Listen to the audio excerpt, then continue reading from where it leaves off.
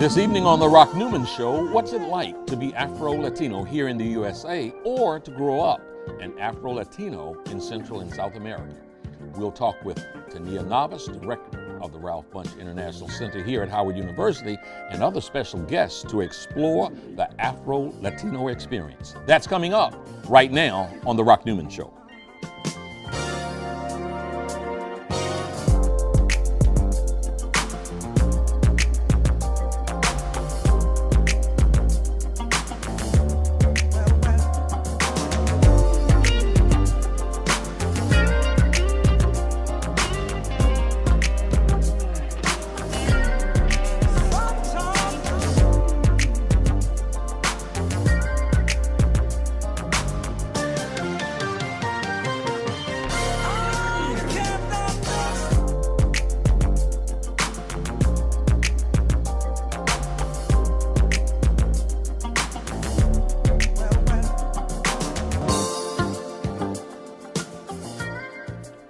Welcome to The Rock Newman Show from the campus of historic Howard University, located right here in Washington, D.C. My desire is to inspire you with personal stories of extraordinary achievement.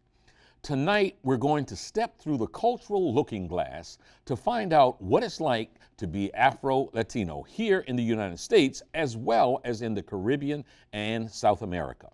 The language, culture, and demographics may differ, but as a wise ancestor once said, the only thing separating those of us in North America from our kinfolk in the Latin world is where the slave ships stopped.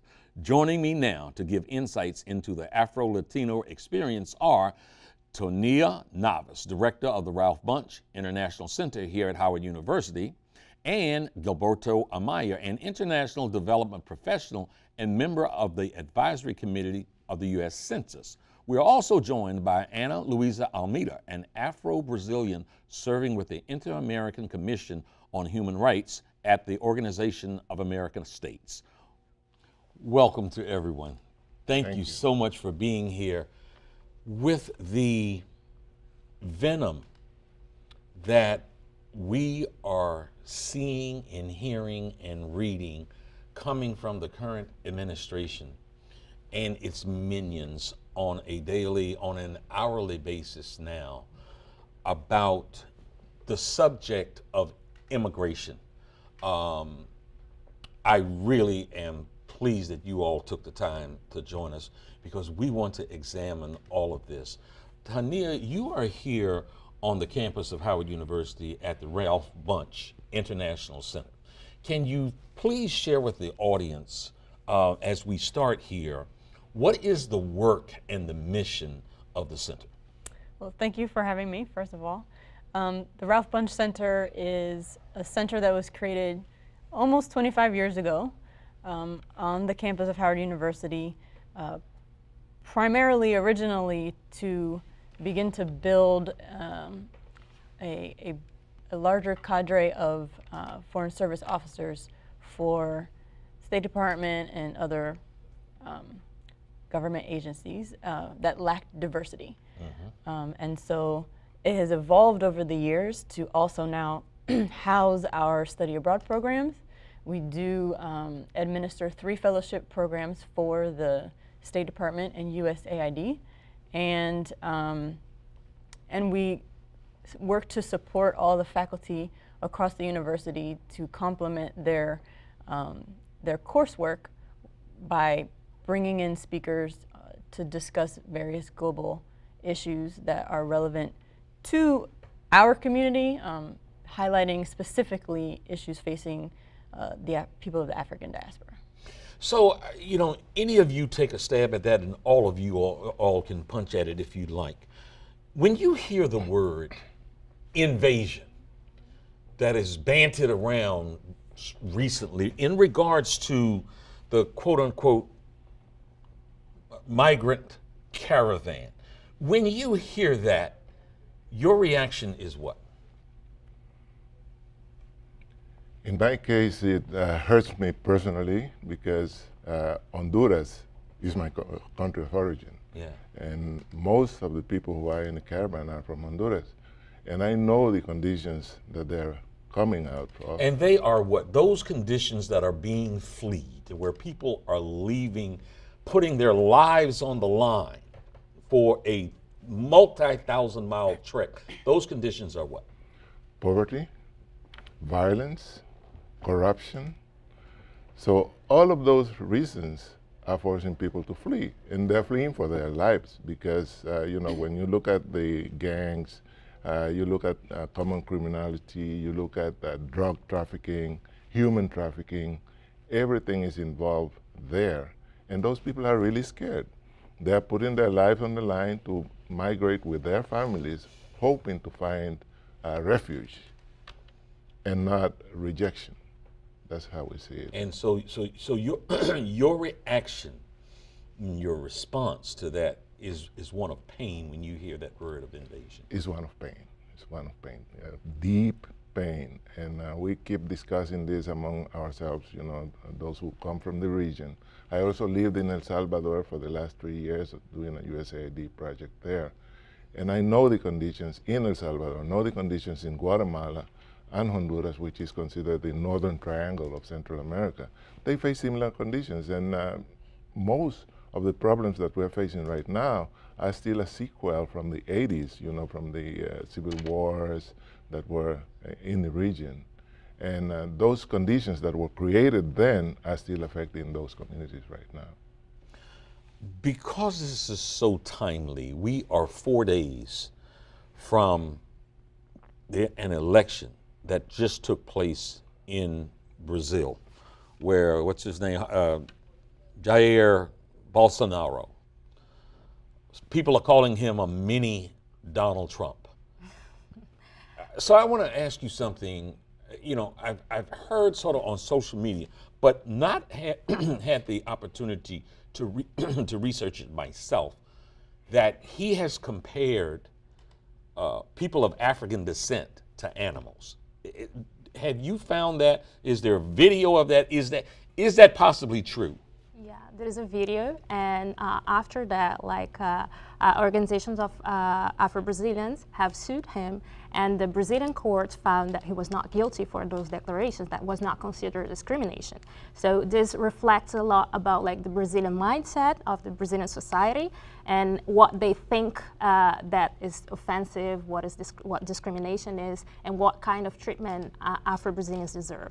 So there are videos. He actually acknowledges that, like he spoke that, and that is his perception about Afro-descendants and about like many different other minority groups, such as indigenous peoples, LGBTI community, Afro-descendants, and migrants as well. He had a couple of like xenophobic declarations about like Venezuelan migrants who are coming to Brazil. So this shows a lot that people are not pretty much bothered by this kind of declaration. So I have to ask you to play the role of a social scientist here. You are familiar with Brazilian affairs. What is it that would allow him, what is the mindset that would allow him to ascend to the highest office in Brazil when Brazil is a country of people of color? I mean, you might have to take the whole rest of the show to explain that, but do the best you can.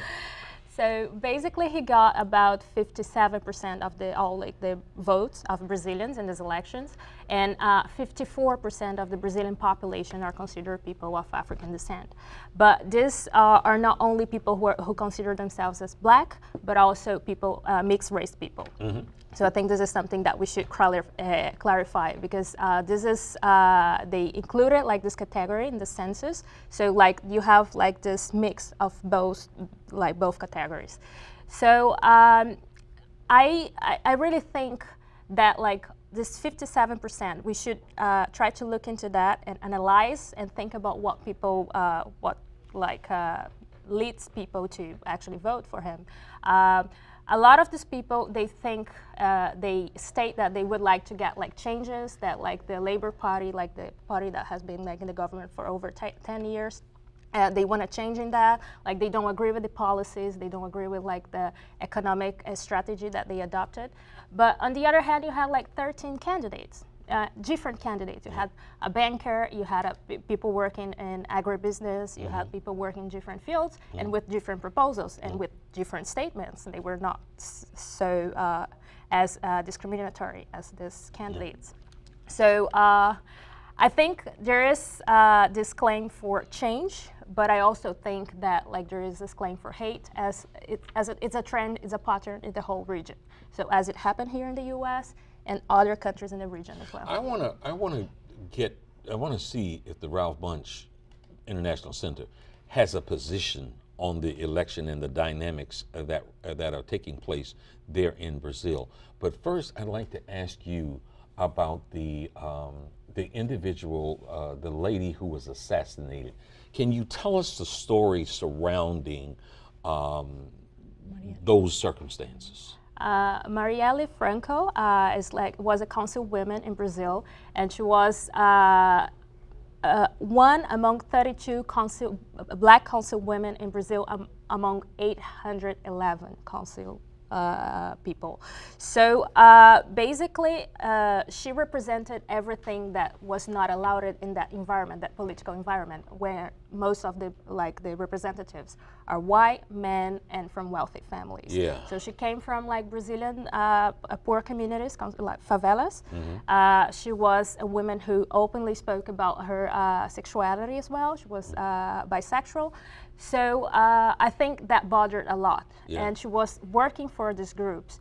So, and more than that, I think there was not much care in terms of like all the threats that she received before she was killed, because other people from her party were also threatened, and they got like security and they got support, and she didn't get it. And it shows a lot about like the racial, the institutional racism that you find in Brazil, even within the left-wing parties. How was she murdered?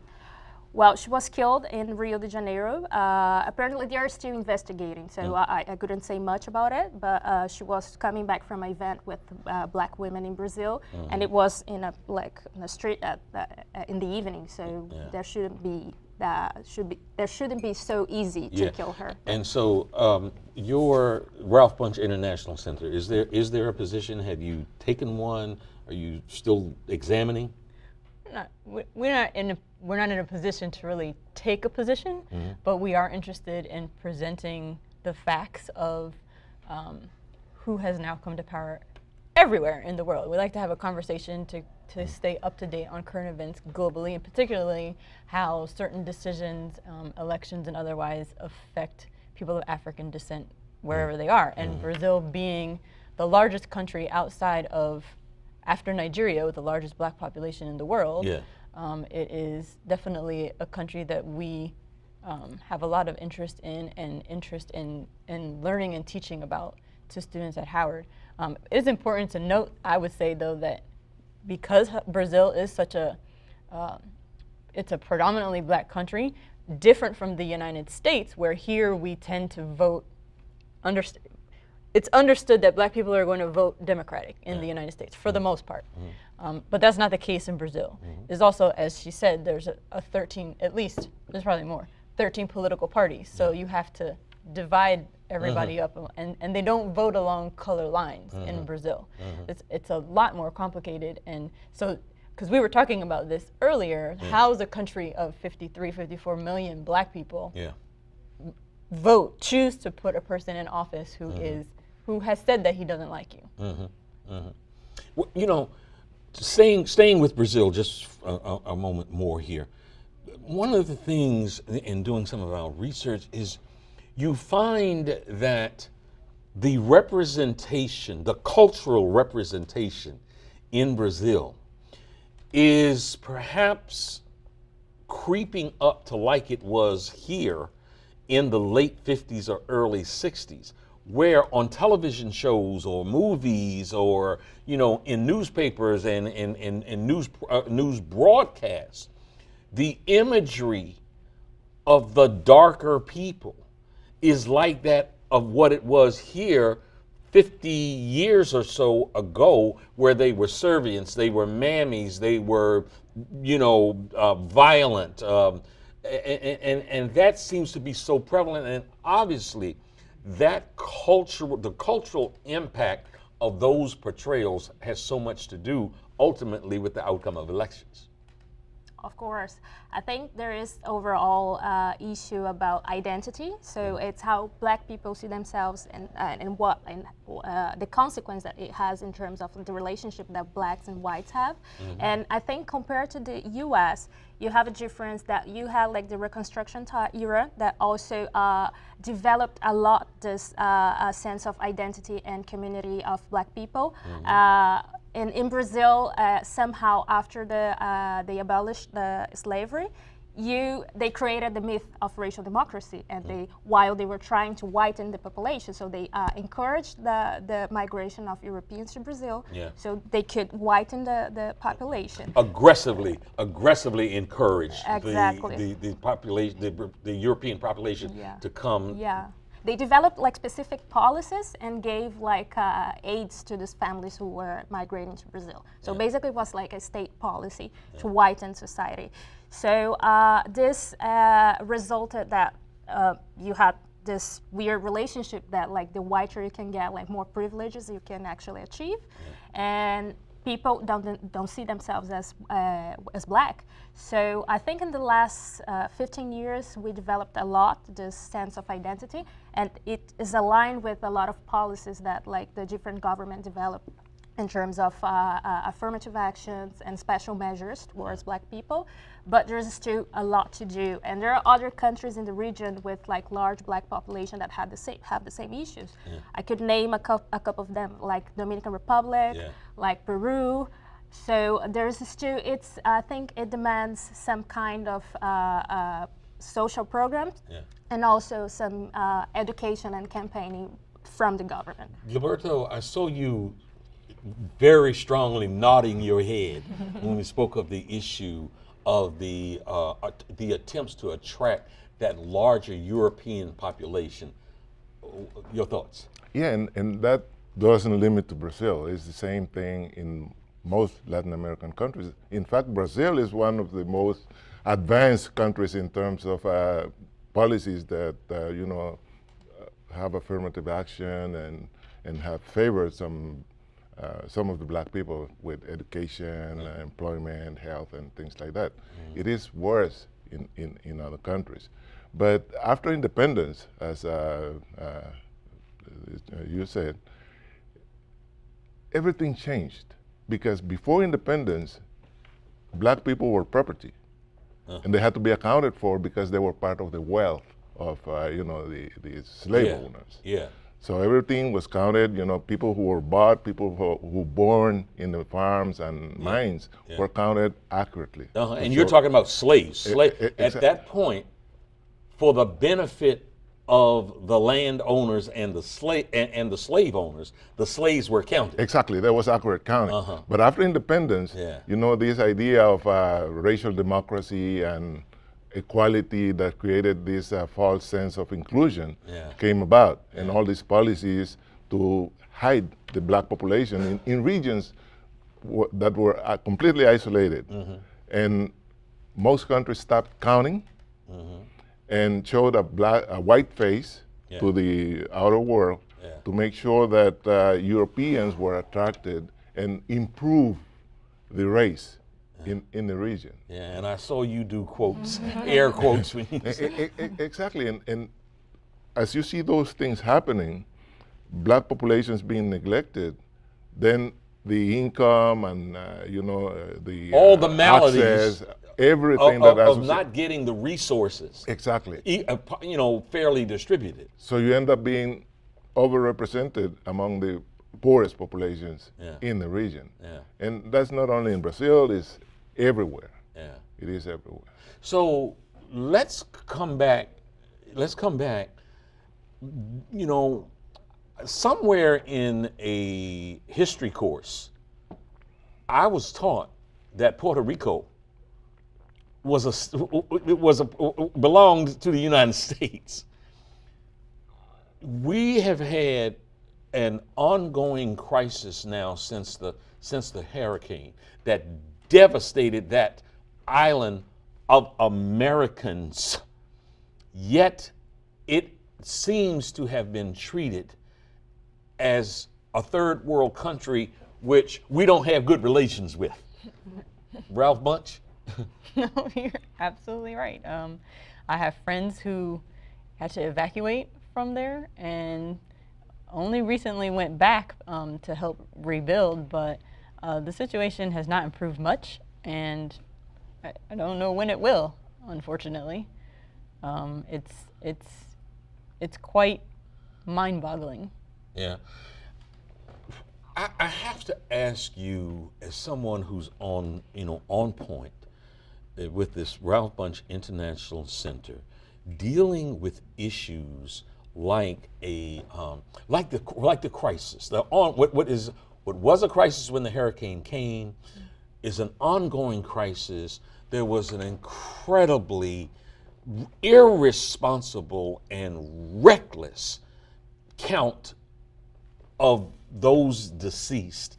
That had to be modified because the facts on the ground and the bodies in the casket forced another number to be given.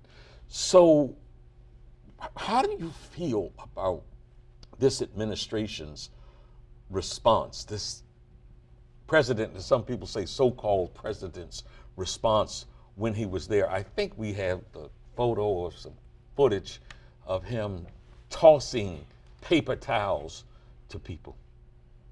I mean, it's incredibly disappointing. I mean, I can't personally understand how that response was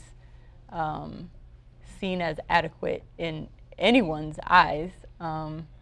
It's mind-boggling that over a year later now, so much is still in need of attention. Yeah.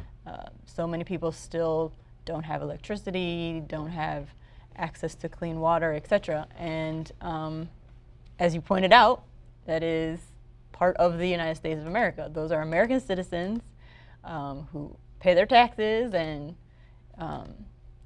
have all of the same rights that those of us, almost all of the same rights that those of us have here, and that this has been allowed to move forward in this way. Yes, sadly so. Sadly. I want to ask you guys, 90 miles off the coast of Miami, Cuba, there's been a big change in policy when Obama was in office to open up relations with Cuba, establishing diplomatic relations. Shortly after Donald Trump came into office, there was the talk about rolling back some of the policies, taking away some of the policies which made travel in and out as convenient as when Obama was in office. What's your view would like to, address? Has that happened? Is it now more difficult? Is there still free flow? What do people have to do now to get in and out of Cuba? I don't think anything has changed. There was just some lip service given? I don't. We haven't. We send students. We had a student in Cuba last year, and we've sent a couple over the last couple of years, and I haven't seen any change since Obama implemented those new policies. Yeah, I was speaking with someone last night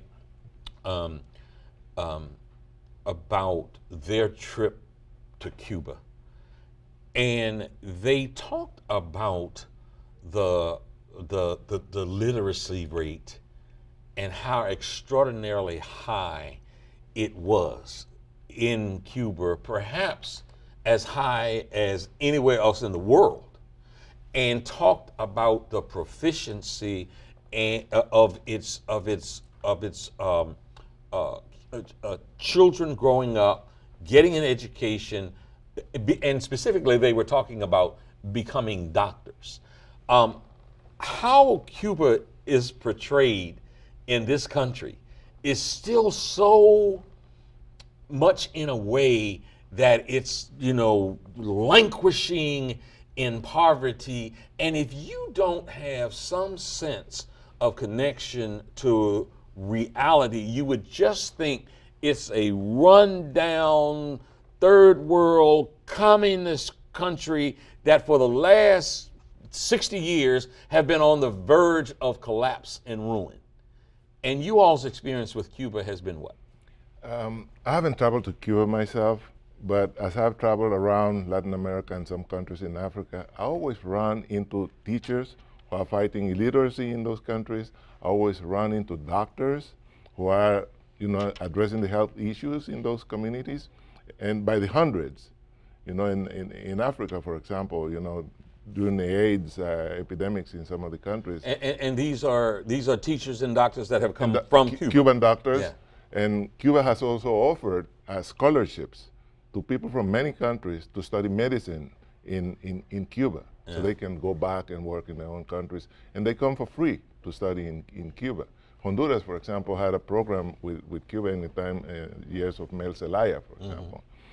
We were sending black students to Cuba to study medicine. Yeah. And most of them are back in Honduras serving their communities. So there's a lot of contributions from Cuba in that regard, in education and health around the world. I saw an incredibly inspiring clip. Nelson Mandela was doing a town hall with Ted Koppel. And one gentleman stood up and challenged Nelson Mandela on his relationship with individuals like Gaddafi, Colonel Gaddafi, and Fidel Castro. That he said, are they your examples of human rights heroes? And it was one of the few times when you saw him stiffen up and give a quick lecture to say that we are independent. We welcome your help and we appreciate this American support. But when we were in the midst of our greatest struggle, these are individuals, and he singled out Castro. He singled out Castro for supporting the liberation of African people in South Africa, as he said, not just with words, but with deeds. So not necessarily are your enemies my enemies. Exactly. These people who support us, who supported us to the hilt, we will continue to treat them as our friends. And that's very important. For example, Gaddafi had a great role in working with the rest of the Africans in the sub-Saharan Africa area. Yeah. And he was one of the leaders who started the African Union. Mm-hmm. In fact, they were the main funders of the African Union till recently. After he died, the funding of the African Union came down significantly. Yeah. Because now, they don't have the same resources that they used to have. Yeah. Yeah. And I think also about Cuba, I think it would be a great experience if every American could visit Cuba at least once, and if every Cuban could see the U.S. at least once, because I think there is a lot of bad publicity in both sides. Mm-hmm. And in Cuba, of course, I've been there and I work on this country as well.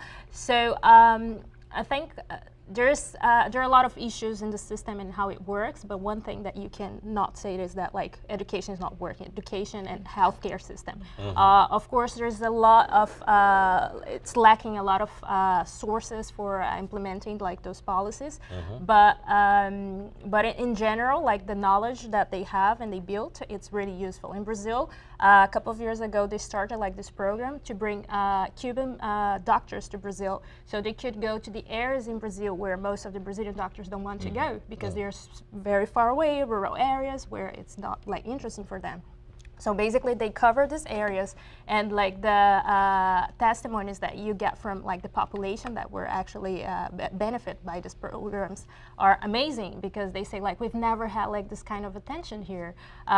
So there are good and bad things in both systems, but I think in Cuba, most of the message that you see right now is about how the trade blockade has affected their economy. So they blame a lot what the U.S. did on the economic situation that they face right now. Mm-hmm. So it's an issue. So I think the message that the governments are giving both sides are tricky for the population. Let's kind of delve into something here. Sometimes a sensitive issue. Dominican Republic borders Haiti.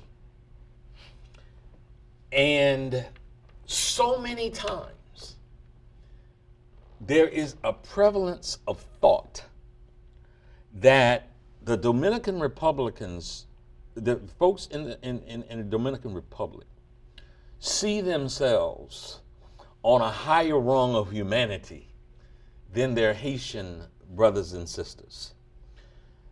There is tension there. Is that continuing as it has been? Who amongst you would like to speak to that issue? I studied abroad in the Dominican Republic. Okay. In college, and I wrote a thesis, my honors thesis, about that tension, the historical origins of that tension. The floor is yours. Where you know, the Haitians took over the Dominican Republic for all intents and purposes. They ruled the entire island, and the Dominicans did not like that.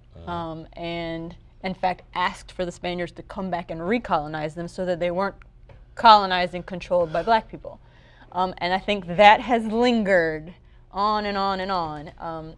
Like I said, I studied there. I spent a semester there, and you know, I would get into some quite heated conversations with people who look like me, who are darker than me, who would not claim their Africanness. And you know, I would say I'm black, and you know, I'm African American, and they were like, oh no, you're white, or you could be white. I'm like, yeah, but I'm not, I'm black. And that's how it is. And so the mentality, is, if you look like you look, why in the world would you not choose to be something other than black? Because being black is something seriously wrong with it. Yes, and that, I mean, and that, yes, that still lingers. And then the whole tension, you can speak more to this coming from where you're coming from, but you know, now with what the Dominican Republic is doing, trying to take away birthright citizenship to individuals that were born in the Dominican Republic to parents of Haitian descent who were working in the Dominican Republic. I'm going to turn that over to you. Okay. So as I said before, I think there's like a strong issue about like identity. So as people see themselves, and so we were speaking about this before coming here, that people always speak about like black people in the third person. It's never like you, it's like someone else. So I think there's a lot to work on that, but it depends also on government policies. And so it depends on the political will of this government to work on education, basically, on how people can understand that. Because if you have the person who developed policies and laws has this kind of mindset, like it's going to be reflected in what they do. So in terms of statelessness in Dominican Republic, I think it's right now one of the main issues, because you are preventing like kids who were born in the country, who are Dominicans, from actually accessing the education system, healthcare system, having their IDs. So it's a basic right, and that's the main issue right now. And it's linked to so many historical issues, as you said, and identity issues, I think. So. Gilberto, I'm gonna take the risk of guessing on air here that you might be a little bit older than these ladies. Just a guess. Just a guess, yes. You might be right. Stokely Carmichael, who every day of his life, 1,000 times a day, answered the phone saying, ready for the revolution. And if there was a quintessential Pan-Africanist, it was Stokely Carmichael. Stokely Carmichael's up in his lounge chair in the sky now, looking at the Rock Newman show. As we talk about these issues of lack of identity and hatred of one's roots, and he must be flipping over and turning over and throwing things at the TV screen. Yeah, definitely so. And the problem is that in Latin America, you know, there's a lot of stigma going around the term black. So people would prefer, like in the Dominican Republic, they would say, I'm a Dominican. If you challenge the race issue, they would just say, I'm a Dominican. Like the Northern Colombians would say, I'm a costeño, as opposed to saying I'm black. So when you look at the history of racism in the region, you will understand how people try to run away from the term of being black. And there's also a diversity among the black population, as we talked about earlier. So there's no like a block mentality among black people and their leaders. For example, in Colombia, one day I went to a black community there, and I asked them what their opinion was about being Afro-Colombians. And the response from most of the kids was, okay, Afro-Colombian is a person who's poor, uneducated, live in isolation. And so they were like 7 different negative things that they would come up with associated with the Afro-Colombian term. So you can understand how people try to run away from those identity issues. So there's a lot of work that needs to be done in terms of getting people, to accept their African heritage in many cases. So I can't do this, but maybe you would, tell everybody, tell all the viewers out here to read the work of Frances Cress Welsing. And I say that because what is being identified here, in large part, is the incredible success of white supremacy. Yes. Because we're talking about the diaspora. We're talking about the African diaspora.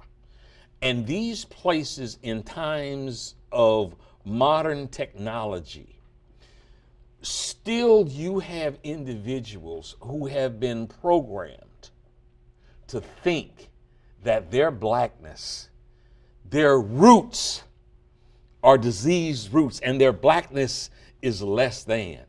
And look, we've got to call a spade, or a white robe with a hood what it is. That white supremacy has been extraordinarily effective. Yes. Well, definitely. I think in most of the Latin American countries, and I think like it's more than that, because we could say that like here as well we had that, but like you need like effective in the U.S. You darn right. Yes, of course. Not to exclude, not to exclude this island right here. Yeah. But as I told you, like you need like some effective policies to try to revert like this effects of white supremacy and of historical institutions and practices that result in the racism that you find nowadays. I think I was just reading about that before coming here, and in Brazil, like as I said, like we have about 54% of the population is black, and you have about 71% of the people killed are black people. And in Rio de Janeiro, where I am from, 91% of the people killed by the police are black. So basically, it says a lot about how it's working, about like the institutions as well, because it's about like a state official who is with a gun in their hands. So. You know what I'd like for you to do? I'd like for you to repeat that, because it is so extraordinarily illuminating, so that if 91% of the folks that police kill are black, and what percentage of blacks are in Brazil? 54%. So 54% are black who are in Brazil overall. You know what that equals? That equals Black lives don't matter. No, definitely. That's the message that like the government is giving us. So, and I think we were speaking about Marielle Franco, the councilwoman who was killed. Like it was one of these cases, but it's one of the cases that we heard about. So there are like so many of these cases. I don't have the numbers right now, but the cases that are not clarified, are not investigated, and so they ended up with no resolution at the end. So if you have these numbers and nothing has been done about it, so there's a problem. And there's this problem in Brazil and here in the US as well, I would say, and different countries of the region. And so there's something missing, right? So as an International Policy Institute, Ralph Bunche, you would have our elected leaders to do what to start to address these issues? So we're not a policy institute. Okay. But we do work to encourage international education across the university. And so what I would say to this particular issue is this is exactly the reason why Howard University exists. This is exactly the reason why more students of African descent from throughout Latin America should come to Howard University so that they can go back to their countries and go back to their communities to respond to the ignorance that has been has infiltrated their education systems at home.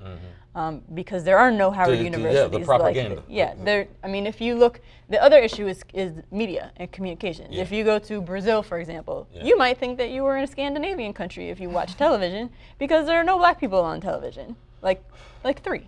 And so, you know, in a country of 54% black population, to turn on a television and not really see yourself reflected anywhere, and frankly, not really in any other spaces of prominence either, in any significant numbers, that will definitely do something to your psyche. And so to the extent that we can have people throughout the diaspora see successful, intellectual, bright, capable people that look like them, excelling at everything that they can put their mind to, I think will do wonders. And I think that the diaspora, particularly in Latin America, really needs that. Imagine Black Lives Matter United States, with this statistic that she just shared with us on Brazil and what's happening, to be able to bridge that and bring together Black Lives Matter Brazil, Black Lives Matter US, and Black Lives Matter everywhere else. I mean, imagine if they met at a Howard University. Imagine if black people in this country learned Portuguese and learned Spanish in significant numbers to be able to communicate with each other and be able to address some of these issues that we obviously have in common across borders. It would be, the impact would be huge. Gilberto? And you know, as we speak about white supremacy, we need to have an internal dialogue amongst us. Because the black population is diverse, right? But here in this country, we are put in different boxes by the authorities. For example, if we are 4 of us walking out in the street, people will say, okay, there come 4 black people. They won't care if one is Honduran, the other one is Brazilian, others are African Americans. We are treated the same by the society. So why, when it counts, we're in different boxes and we're not together? But we are also contributing to that kind of separation because we don't talk amongst ourselves and see what unites us as opposed to what separates us as black people. So we need to have that conversation as we speak also about white supremacy and other issues. That's the only way we can address these issues. You're talking about you really are talking about a very critical issue of building the bridge in our own community first. Exactly. How critical and foundational that is. To start to address what is an incredibly systemic, worldwide systemic problem. So let me ask you, Gilberto, with you being on the U.S. Census Committee on Afro-Latinos, what do you all do? Okay, we advise the Census Bureau on issues that they need to address to get an accurate counting of the population in the United States. And that comes to race issues and ethnicity that have to be addressed in order to that everybody counts in the different boxes. The Office of Management and Budget controls the categories. They have selected what races should appear in the census, what ethnicities. Hispanic is the only ethnicity accepted by the census, by the way. Then we have the black race, white race, Asians, Native American and Alaskan, and Hawaiians and Pacific Islanders. And a big box with some of the race where all the confused people end up. And that is a big box you know, and a lot of our people are there because of this identity issue that we're talking about. Right. So we speak with the census officials to make sure that policies are implemented and guidelines are provided so people can mark the right boxes and give the right information so everybody can be counted accurately. The problem with our community, with our Afro-Latino community, is that the census doesn't include that term. It's either black or white, Yeah. but then as our discussion here is going, there's no association with that term, and so we are invisible within the larger Hispanic population. So do you advocate for another box to be created? Yes, my role there that I see myself as doing is to advocate and try to make sure that the Afro-Latino term is accepted by the Census Bureau and eventually become a category within the larger Hispanic population so we can see all the benefits that are associated with the census.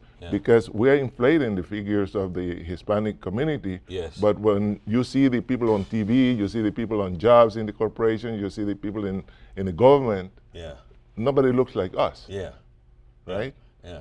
So we want to make sure that we're counted and that we share in that benefit. And in hearing that, it doesn't take a rocket scientist to figure out. That makes all the sense in the world, and it is fair. What kind of reaction are you getting? Well, I'm the first Afro-Latino who has been in this committee. You know, they've been there for decades, but all the Latino advisors have been white. So they basically transplanted the racial democracy from Latin America into the U.S. Census. So Hispanic is an ethnicity, not a race, because you can be of any race when you mark Hispanic. But when it comes to checking the other boxes, you know, nobody wants to check the black box. Only 2%. According to the census in 2010, there were only 1,200,000-something Afro-Latinos in the U.S. because of that. And in reality, what do we think? In reality, we don't know the figure. That's the problem. That's part of what Don King, the boxing promoter Don King, would call that's the trickeration. Exactly. So that's what we're trying to get. How many are we? What percentage are we of the white population, of the Hispanic population? And when you're not counted, you don't get resources. We don't get resources. We don't get representation. We don't get you know, any policies that are addressing our needs, which are different from the mestizo community. And to go a step further, we're not counted as black. So from the census of 2000 to 2010, the Afro-Latino population, the Hispanic population went to 12.3%, I think, to 16 point something. And we are part of that group. We are there. And the black population only grew from 12.3 to 12.6 in the same period. So now, if we could say, okay, the Hispanics, the black Hispanics, and other blacks from other regions that even count as white. For example, if you're a black from Saudi Arabia, in the census you are white because you come from that region. So we're in different boxes. If we were together, we would have a bigger weight in the population and then get more benefits, you know, that would come to our community. And so, what can viewers who are watching this show? What can they do to support? That's a noble initiative. That's a noble effort. That's reasonable. That's fair. It makes sense. What can viewers who are looking in here now, what can they do to support that initiative? Yeah, they can go to census.gov, for example, and give their opinion and support the proposal that came from the National Committee. By the way, I'm not speaking for the National Committee. I understand. I understand. But they can support the proposals that have going to the OMB, to the Office of Management and Budget, to accept the combined question on race and ethnicity, where people can check not only being Hispanic, but they can check also black and be counted. Because as it is right now, even if you check Hispanic and black, as soon as you put Hispanic, you don't count Yeah. as a black person. Yeah, yeah, yeah. So that really helps explain the significant increase in percentage of Hispanics. So now you're saying, you know, because now politicians are courting that Hispanic vote, Yes. because that Hispanic vote went from 12 point whatever it was up to 16, where the black vote went up just incrementally. However, part of that percentage that was identified as Hispanic are indeed Afro-Latino or black folks. Exactly, exactly. And we are invisible in the census. That's why I can't give you a figure. Yeah. As opposed to the official data, which is this 1.2 million people. Yeah. Let's talk about hope. Cornel West said, in spite of evidence to all the contrary, I'm a prisoner of hope. And let's go around the horn here. Oh, I'm hopeful again, because there's a Howard University to address all of these things. From the Bunche Center, you know, we're working on programming. For example, this year we're celebrating the Year of Columbia, and we're going to be highlighting different aspects of Columbia society, all with an eye towards Afro-Colombian communities, challenges being faced in Colombia with regard to being black in that country, in terms of health disparities, education disparities, etc. But there's hope, because there is so much that is still yet possible. And after the election on Sunday in Brazil, when everybody was not quite that happy, I remember that a couple of weeks prior to that, there was a huge increase in the number of black women, and the first indigenous representative to the federal the Congress in Brazil was elected. So there's hope in a place like Brazil, where on a Sunday with the election of this man might not be so hopeful. I think, you know, we're planting the seeds so that this is just a phase that will be overcome shortly, when those that are working right now rise up. So let me say this. Let me say unapologetic and very biased opinion. I say that Howard University is the greatest institution of higher learning in the history of the world. And you and what you're doing and the Ralph Bunche International Center is one of the many reasons why I say that. Thank you so much for what you're doing, and please continue. Thank you. Anna. Well, I think we must have hope, otherwise we're not going to keep working. But I think the far-right party's ascension in the whole region is a trend. So it's going to happen. And we had a couple of years of a lot of left-wing parties who developed really good policies and had problems as well. So I think people are looking for other alternatives. And I think for the next years in Brazil, we should expect the end of a lot of social programs and affirmative actions, because this is what the new president has indicated. But it's, on the other hand, minority groups are getting united. So they decided that if they don't get united, there's no way to actually fight what it's to come. So I think it's going to be positive. I think social media has played a really good role in the elections. That's on one hand, you have fake news, you have all this dirty part, but you also have the possibility of new candidates and people who don't have the resource to actually campaign to show the work that they can do. And so you can see the results with with black women, with indigenous people. So that's progress, I see. Gilberto, we have a little less than 2 minutes. Yeah, I'm hopeful that there's a growing awareness throughout the region about these issues that we're talking about. And more people are beginning to identify themselves as Afro-descendants within the region. Some countries are moving more aggressively now to start counting more of the black population. The international development agencies like the World Bank, for example, the World Bank just came up with a first-time study on the conditions of Afro-descendants in Latin America and the Caribbean.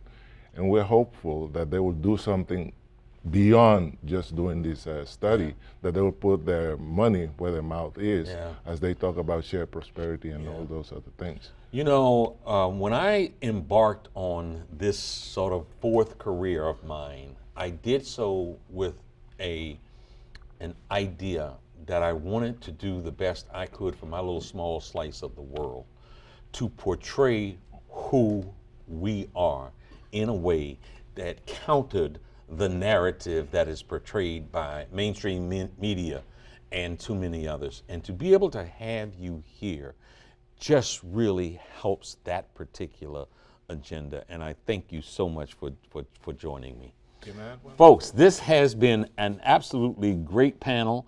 I want to thank each of you for joining me in an illuminating and enlightening and entertaining conversation on the Afro-Latino experience. Thank you for watching. Good evening, and may God bless you. For more information about this program or any other program produced by WHUT, go online to visit WHUT.org.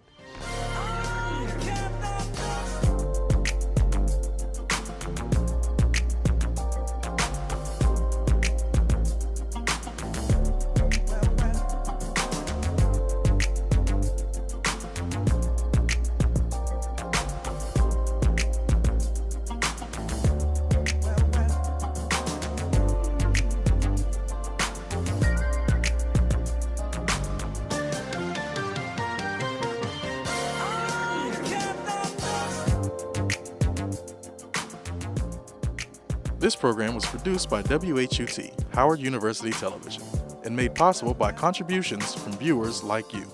Thank you.